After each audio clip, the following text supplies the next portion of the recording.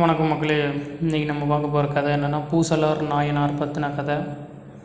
அதாவது முன்னொரு காலத்தில் சென்னைக்கு அருகாமையில் உள்ள அரகோணம்ங்கிற ஊருக்கு பக்கத்தில் ஒரு சிறிய கிராமத்தில் பூசலார்னு ஒரு நாயனார் இருந்தார். அவருக்கு என்ன ஒரு ஆசைன்னா, சிவனுக்காண்டி அவர் ஒரு மிகுந்த சிவன் பக்தன். அது மட்டும் இல்லாமல் சிவனுக்காண்டி நம்ம ஒரு கோயில் கட்டணும், பிரம்மாண்டமாகவும் அழகாகவும் அற்புதமாகவும் கட்டணும்னு ஒரு ஆசை. ஆனால் அவர்கிட்ட நிறையா பணம் இல்லை. அவர் சின்ன சின்ன கூலி வேலை இதெல்லாம் செஞ்சு வாழ்ந்தார். அப்படி இருக்கிறப்ப அவருக்கு மனசு ரொம்ப கஷ்டமாகி அவர் என்ன பண்ணார்னா, தினைக்கும் வீட்டுக்கு வந்து அந்த கட்டுத்திணியில் உட்காந்துக்கிட்டு கொஞ்ச நேரம் யோசிப்பார்.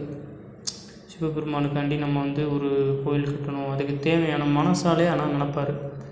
மனசாலே என்னென்ன நினப்பார்னா, சிவனுக்கு தேவையான அந்த கற்கள்லாம் இருக்கும்ல, இந்த சிவன் கோயிலுக்கு எழுப்புறதுக்கான கற்கள், அப்புறம் உற்சவர் சிலை, அப்புறம் விலை உயர்ந்த மரகத கற்கள், சிற்பிகள், அந்த கோயிலை மனசாலே அவர் கட்டினார். சிற்பிகளை வச்சு, அப்புறம் விலை உயர்ந்த பொருட்கள், அப்புறம் உற்சவர், அப்புறம் தூண்கள், மண்டபம், கல்யாண மண்டபம், அப்புறம் பல விதமான அந்த கோயிலுக்கு தேவையான எல்லாத்தையுமே மனசால் அவர் நினச்சி அதை மனசாலே உருவாக்கி அதை கோயிலை கட்டினார். கட்டிட்டு ஒரு குறிப்பிட்ட முகூர்த்த நாளில் இந்த மாதிரி கும்பாபிஷேகம் செய்கிற மாதிரி, இந்த கோயில் மனசால் கட்டினார்ல, அதுக்கு கும்பாபிஷேகம் செய்கிற மாதிரி நினச்சிக்கிட்டார். இது என்ன ஆச்சுன்னா, தூரத்தில் தேசத்தில் ஒரு அரசன், அவரும் இதே மாதிரி அவர் நிஜமாலே ஒரு கோயிலை எழுப்பினார் சிவபெருமானுக்காண்டி கோயில் கட்டி அந்த முகூர்த்த நாளில் இவர் வச்சுருக்காரு. முகூர்த்த நாளில் அந்த மன்னர் இந்த மாதிரி சிவபெருமானுக்காண்டி என்ன பண்ணுறாரு, கும்பாபிஷேகம் நடக்க போகுதுன்னு சொல்லி அறிவிப்பு பண்ணிடுறாரு, நாட்டு மக்களுக்கு வச்சுருக்காரு. அதுக்கு இப்போ என்ன ஆணுச்சுன்னா, அடுத்த நாள் இல்லாட்டி அதுக்கு அடுத்த நாள் 2 நாளில் ஏதோ ஒரு நாளில் வைக்கலான்னு மன்னர் முடிவெடுத்துட்டு நைட்டு உறங்குறப்ப, அதாவது தூங்குறப்ப, சிவபெருமான் நைட்டு கனவுல தோன்றி, இந்த மாதிரி உன்னோட நாளைக்கு கும்பாபிஷேகம் செய்கிற தேதியை மாற்றி வச்சுக்கோ, நான் என்னோடய பக்தன் சென்னை அரங்கோணத்துக்கு அருகில் உள்ள ஒரு கிராமத்தில் பூசலார்னு ஒருத்தர் இருக்கார், அவர் கட்டின கோயிலுக்கு நான் போகிறேன் கும்பாபிஷேகத்துக்கு அப்படின்னு சொல்லிட்டு மறைஞ்சிடுறாரு.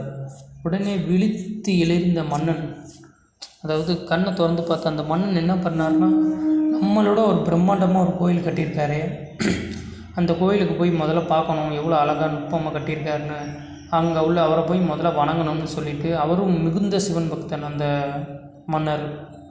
அதனால் உடனே தாமதிக்காமல் காலையில் ஆனவொன்னே புறப்பட்டு போய் கேட்குறாரு. பூசலார் இருக்க கிராமத்தில் அங்கே மக்களே கொஞ்சம் பேர் தான் இருப்பாங்க, அங்கே கோயில்களும் எதுவும் இல்லை. என்னது சிவபெருமான் இந்த மாதிரி சொன்னாரே அப்படின்னு சொல்லிட்டு அங்கே இருந்த 4-5 மனிதர்கள்ட்ட விசாரிக்கிறப்ப, பூசலார் யாருன்னு விசாரிக்கிறப்ப, அவர் சிறு தொழிலுக்கு போவார், அப்புறம் வீட்டில் தான் எப்பயுமே இருப்பாருங்கிற மாதிரி சொன்னாங்க. வீட்டில் இருப்பார், சில நாள் வேலைக்கு போவாங்க, அவர் மிகுந்த சிவன் பக்தன் அப்படின்னு சொல்லுவார். உடனே இவர் என்ன பண்ணுவார், அரசர் போய்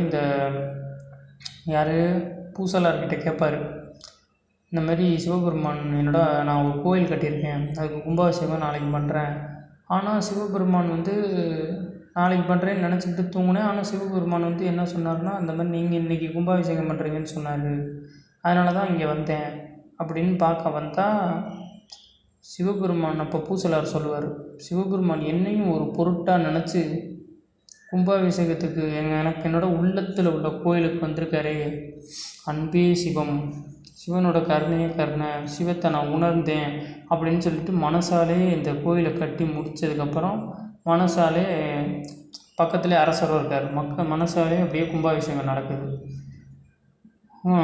கடைசியில் சிவபெருமான் அவருக்கு பூசலாருக்கு மோட்சம் கொடுத்துட்றாரு, மன்னரும் மோட்சம் அடைஞ்சிடுறாரு.